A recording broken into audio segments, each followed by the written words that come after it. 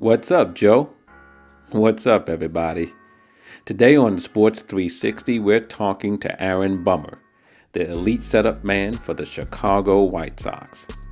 Aaron joins us to talk about some of the challenges he and other Major League players are facing during the current shutdown of Major League Baseball.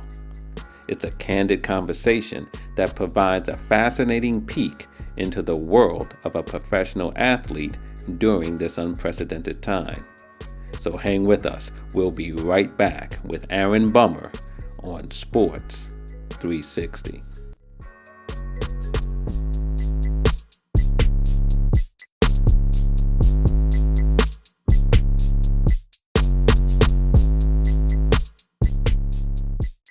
Joining me today on Sports 360 is Major League pitcher Aaron Bummer.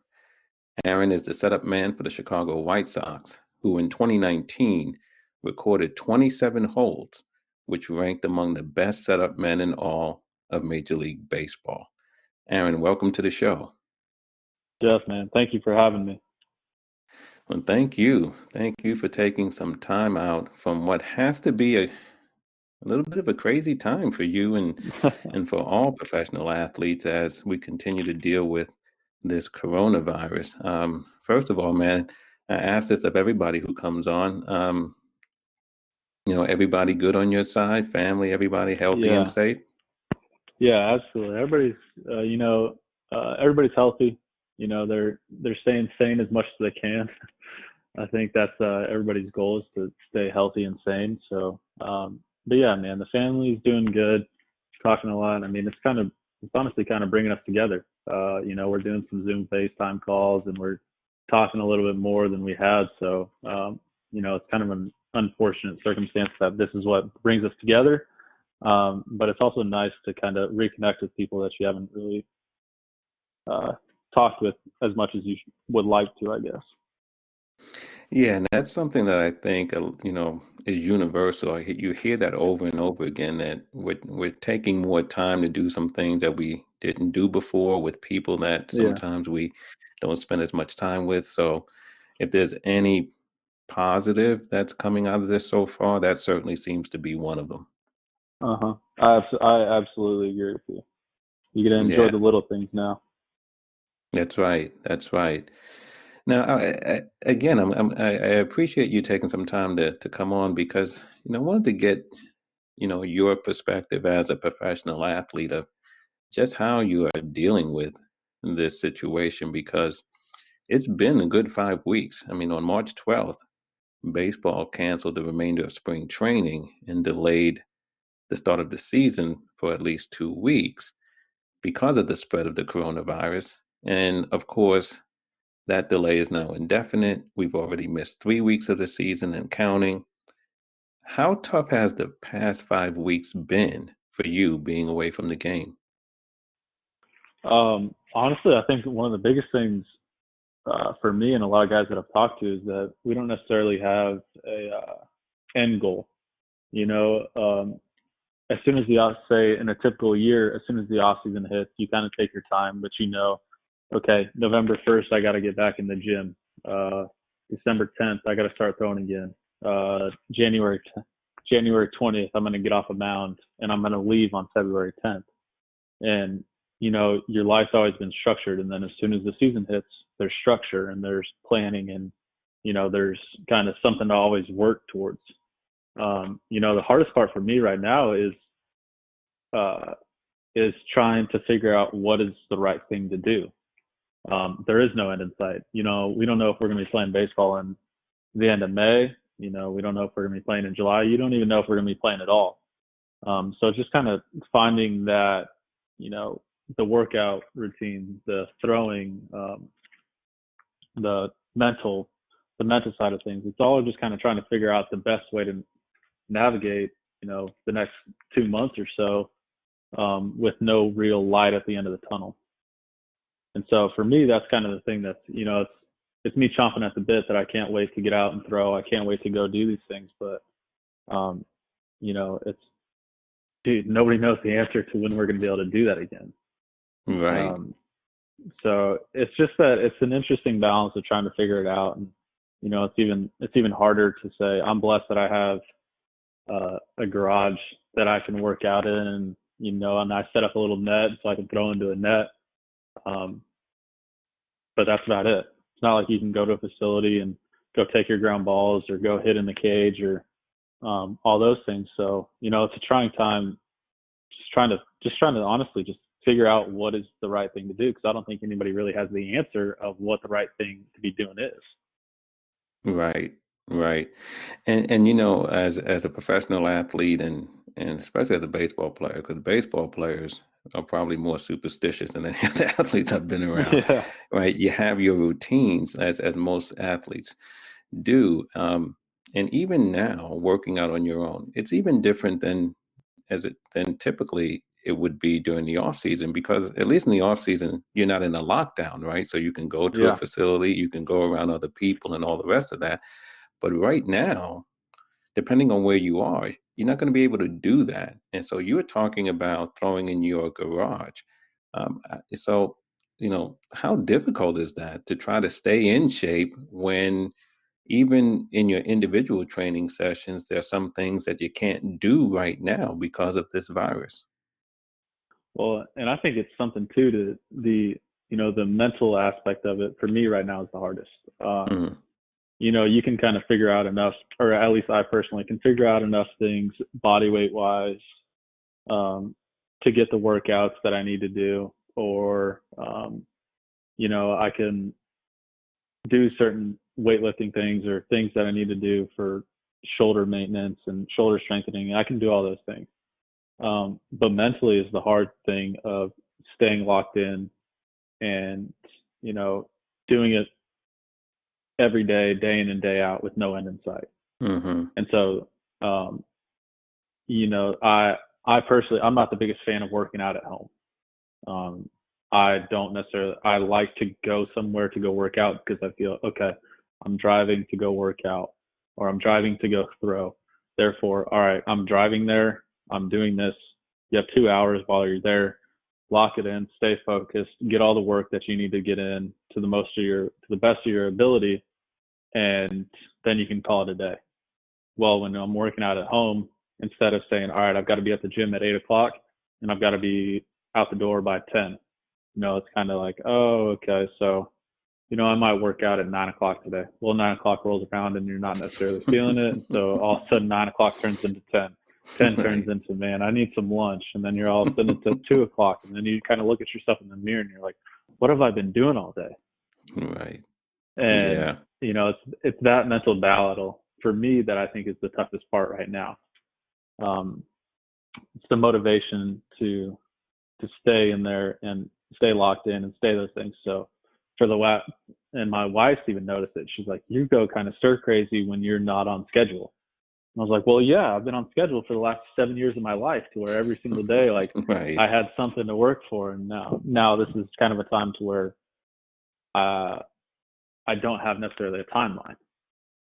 So we decided to say, okay, regardless of not having really anything to do during the day, my wife told me, she goes, you need to work out in the morning. You need to get up before I get up out of bed. You need to go in there 7 or 8 o'clock in the morning, go into the garage, get your workout in, get your throwing in, because that's your structure. That's what you need. You need to get yourself up. You need to get yourself going and put yourself into a routine to as much as you can. And so that's me for the last probably week or so, that instead of waiting until I felt good or, lifting at random times of the day, I'm in the garage every morning I'm turning the heater on in the garage because in Omaha it's still pretty cold, Right. and I'm in there by 8 o'clock and I'm doing everything that I need to do, and I have until 9 o'clock or I have until 9:30, and I get in there, I get out, and and then I kind of start my day after that. But that little bit of structure was just something that I needed to keep kind of sane. Hmm. And Aaron, no matter how much players are able to train on their own, and you just talked about some of the challenges. I mean, you alluded to it, right? That here you are in Omaha, and it's cold outside, so Uh-huh. that presents a challenge. And so you're working out in your garage, but no matter what, even if as the weather warms up and you're able to get outside, and you're able to go through your routine and do some of the things that you know to do, you don't have that timeline, as you said. And secondly, you're in some sort of shape, but it's not game shape, right? Yeah. So once MLB announces, and we all hope, right, in the next Yeah. few weeks that there'll be an announcement that there's going to be a resumption of play, you're going to have some kind of spring training, a second spring training. How much time do you think you as a player will need to get into the best game shape you can get into to start the season? Um, honestly, I kind of think about 2 to 3 weeks. Um, and then the longer that it obviously takes, or the longer that we get away from March, I think that you'll start seeing me more than that. I think if we are able to have a spring training in May, or some sort of spring training at maybe towards the end of May, um, I think that 2.5 weeks, maybe 20 days or 15 to 20 days would be perfect. Because I think guys are still at least a little bit in game shape from spring training. But I think as soon as you start pushing into June and you get into July of those aspects, I think that you're closer to the 20 to 25 day routine, because that gets starters a lot more time to work out. And I just think baseball's such a different sport than most, in the fact that basketball players, you can guys go out and play pickup games all off season, and they're out there playing basketball, and they're just kind of shooting hoops, doing whatever they need to do, to where if you said, hey, we need you guys to play in a week, they'll be like, all right, yeah, we can do that. For the most part, are they going to play the same amount of minutes? Probably not, but will they still be relatively sharp and locked in? Yeah, I believe that they would, because basketball is just kind of that kind of sport, to where they're always playing. Whereas baseball, I'm not necessarily going out in my backyard and trying to pitch against hitters, all off season. So depending on kind of the length of the layoff, and if restrictions get lifted, in certain places, and guys can go to facilities and throw bullpens and do those things, I think that we might be able to get back a little bit sooner. But the last thing Right. that you want to do is rush and get people injured. Yeah, no question And about that. so I Yeah. really think that the 2 to 3 week, myself as a reliever, I think that I can come back and be game ready a little bit quicker than a starter. But there's a whole variety of issues that you have with a shortened spring training, that, what happens to, starters say, okay, we only have 2 weeks of spring training, and their first couple starts, they can go, let's call it 50 to 75 pitches. Well, in the long term, okay, short term, we're playing baseball games, but, what about in the off season, when guys go into arbitration or free agency, and in their platform year, they were averaging 4.5 innings a start. So, Right. there's kind of, or what if those guys get injured and then they don't get to play, and then they miss an entire season due to injury, because there's only 3 months of season. So, I just think that there's so many variables and so many question marks, that I think I would prefer to err on the side of caution in that aspect of the length of spring training. But honestly, I don't know the answer. Sure. And I could sit there and say that I'm ready to go tomorrow, and I might be ready. But until we get outside, until we get out there and back in game shape, I think that's when you'll kind of see more of a clear picture of how much time we may need. Right.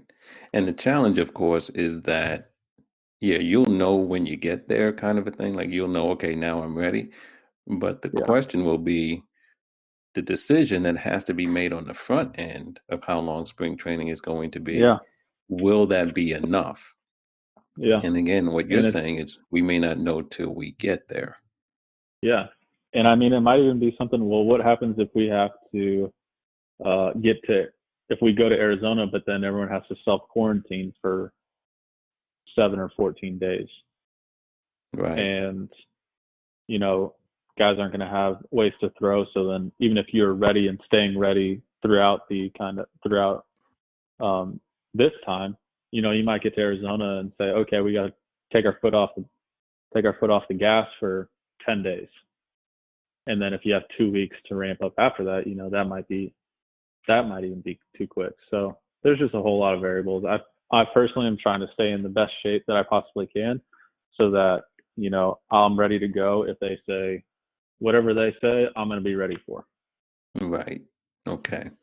And like you mentioned, you know, playing in Arizona. There's been some talk that if the season were to resume, that games would at least begin in either one location, Arizona, or in two locations, Arizona and Florida. And I'm sure there's some other things that are under consideration as well. But in either event, the talk that's been most in the news has been Arizona and or Florida in what has been described as a bubble, right? A contained environment.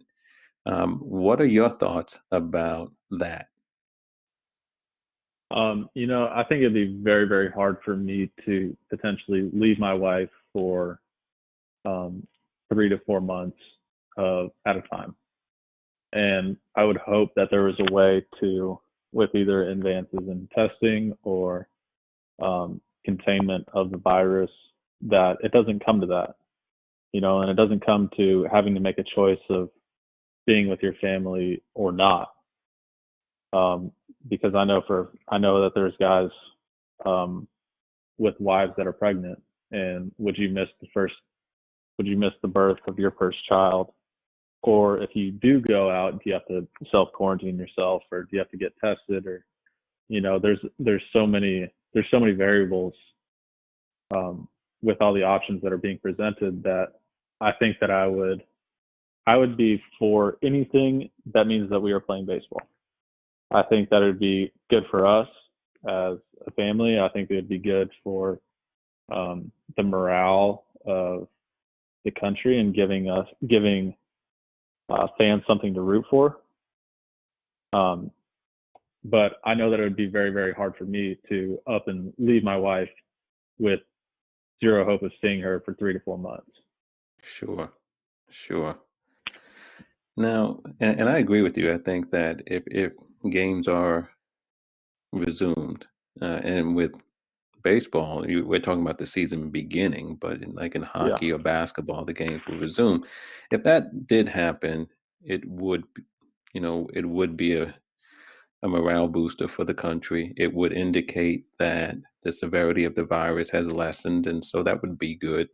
Um, but one of the things in terms of the morale for the fans, on that score of fans, it's widely believed right now, Aaron, that if we have baseball in 2020, most, if not all, of the season would be played without fans in attendance. And as an athlete, you're used to performing before thousands of fans every night. How different will it be for you to play in an empty stadium? Oh, it would be very, very weird. Even games in spring training games, when there's not that many people in the stands, that gets a little bit eerie. You know, for the first time in my life, you can sit there and hear yourself think out there, and you're like, why am I thinking? Why can I hear myself think right now? And so it's a double-edged sword, to where when things are going good, you're like, oh yeah, this is great, I can make this work. And then all of a sudden something goes bad, and you're sitting there hearing all your thoughts and hearing all your negative thoughts, and like, what am I doing out here? What am I? So, I love the fans, and I think the fans are kind of what makes the game go round.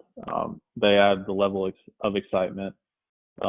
They make every moment bigger. Every moment that matters. They make it a lot bigger. They're into the game, regardless they're home on the road. I mean, I love it. I mean, I love road fans. I mean, I love it when they're standing on their feet on a big situation and I'm standing on the mound. I love I love that feeling. And so personally, I mean, I think it'd be very, very hard. And hopefully best case scenario is that at some point in time, we do get to play in front of fans. Hmm. And hopefully we get to go back to Chicago and get to show the city kind of what we've built, and this is kind of supposed to be the start of a climb for us, or, we were supposed to kind of get out of the dust and, start making moves. And so, me personally, man, I would rather have 60,000 Cubs fans yelling that they hate me than have nobody in the stands at all. But, Sure. we're going to work whatever it is in order to play some baseball games. I'm all for it. Right. And Aaron, you mentioned something that I was going to ask you next, and that is um, the White Sox. The White Sox made some moves over the past offseason and have been making moves over the past few years with the expectation that this year it was time to start to see more of the fruit of, all the things that have been going on, the changes, the signings that have been made, and things of that sort. So I'm sure you're ready and your teammates are ready to get out there and see what you can do. Yeah, absolutely. And we had this buzz in spring training of we've always kind of had this young, happy-go-lucky vibe of we were all out there. Everybody kind of you kind of look around the room and you've been playing with the same guys for 3 or 4 years. The main core guys like have always kind of been around, and you started adding supplemental pieces, and all of a sudden those guys fit right in. And I thought that we were ready to make some noise. I mean, I think the thoughts of even a shortened season, I think really actually helps us because with us being such a young team, that all it takes is one good week and we catch fire, and all of a sudden you're playing with a lot of emotion and fire, and all of a sudden that one week can propel you into a good month, and all of a sudden a good month you look at the standings and you're in a great spot, and there's not 5 or 6 months for teams to separate themselves. So I think that the group that we had was ready from top to bottom. I think it was by far the deepest team that I've been around, and it was by far the most talented. So we were really looking forward to it. But you know what? Whenever that time comes, and if we get that call, we're going to be ready, and we're going to be ready to make some noise. So the goal is to go out there and just compete and win every day. And I think that's what our skipper does a pretty good job of preaching. And, as long as we're out there competing, I think we're going to be in a good spot at the end of the year. Mm, yeah. And so hopefully, you and your teammates can get out there and show what you can do. And speaking of teammates, your teammate, Lucas Giolito, is playing in the MLB The Show Players League. Have you Yep. been checking that out? Yeah, I saw that he gave up like a walk-off home run with me or something. I was like, what are we doing? No, I'm kidding. No, Yeah, I saw something where, but I think it's pretty cool. I mean, I think it's awesome that the MLB and the union and, everybody's trying to get people involved. And, sure. I think it's pretty cool that you're having guys play. There's a guy from every team. And it's not just rookies, or it's not just the young guys. Like, I mean, there's some older veteran guys. I mean, I think Hunter Pence is playing, Yeah, and he Carlos is. Santana. So I mean, there's a bunch of guys out there, and I think it's a really cool way for fans to get an inside look and just kind of be able to hang out with guys. They can sit there on the streaming app and just watch and be able to ask questions while they're watching some baseball. So I personally do not know how Gio is doing, other than the fact that he gave up a walk-off bomb with me.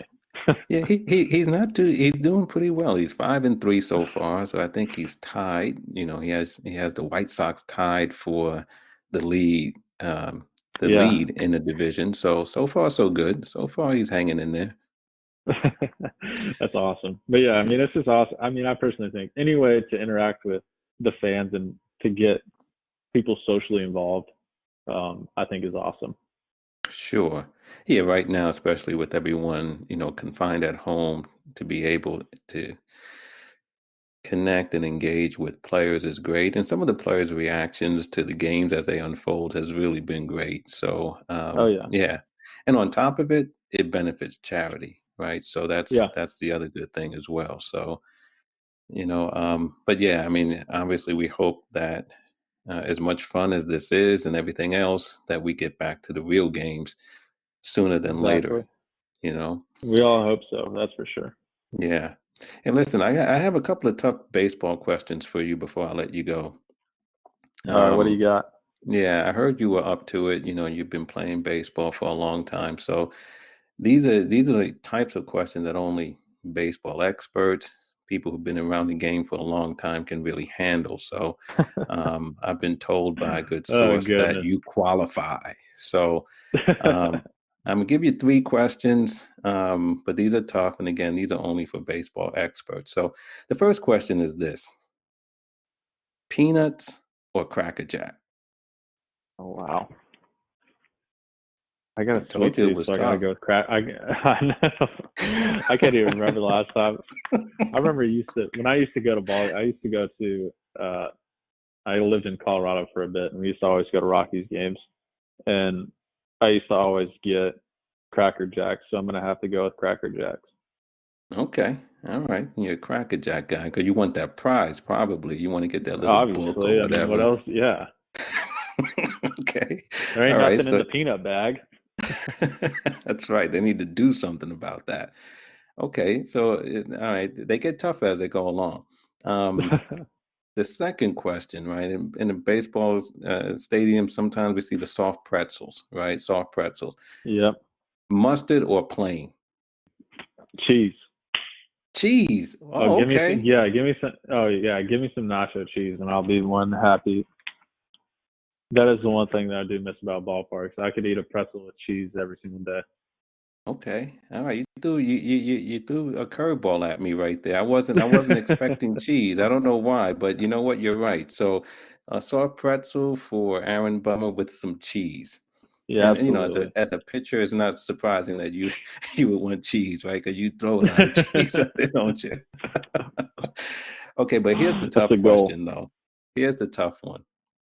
And if you get this one right, you get a bonus question. Okay. Okay, you get a bonus question, but okay, on a hot dog, and I don't know if you eat hot dogs or not, but on a hot dog, ketchup or mustard? Oh, I can't even think. I actually don't like ketchup or mustard, and I Okay, haven't. I like Chicago dogs. okay. If I eat a dog, it's a Chicago dog, which And for people who may not be familiar, tell us what how they build the Chicago dog. it is a what is it? Oh yeah, it's oh yeah. So okay, I take it back. I'll go with mustard with a Chicago dog. It's what Okay, mustard, so onions, relish, and I think some tomatoes. okay, A little bit different. so It's a little bit of a fancy hot dog. yeah, see, Chicago, Chicago tries to do things differently. Same thing with their pizza, right? They like that deep dish pizza and all the rest of that. See, I'm from New York, man, so just give So me a you like regular your slice yeah, of oh pizza, and on a hot dog, I'll take, little mustard, little onions, a little relish, sometimes some sauerkraut, and I'm good, but See, I mean, you're getting pretty close to a Chicago dog there, though. okay. All right. All All you right. Well, that's good. Because I tell you what, Aaron, if you would have told me ketchup, and you would have been done. Because I don't know, I don't know who puts ketchup It would have been on a over. on a hot This would have been dog. over I a don't lot know why sooner. they would, but you would have been done. Yeah. Well, listen. Um, listen. I really appreciate your time today, Aaron.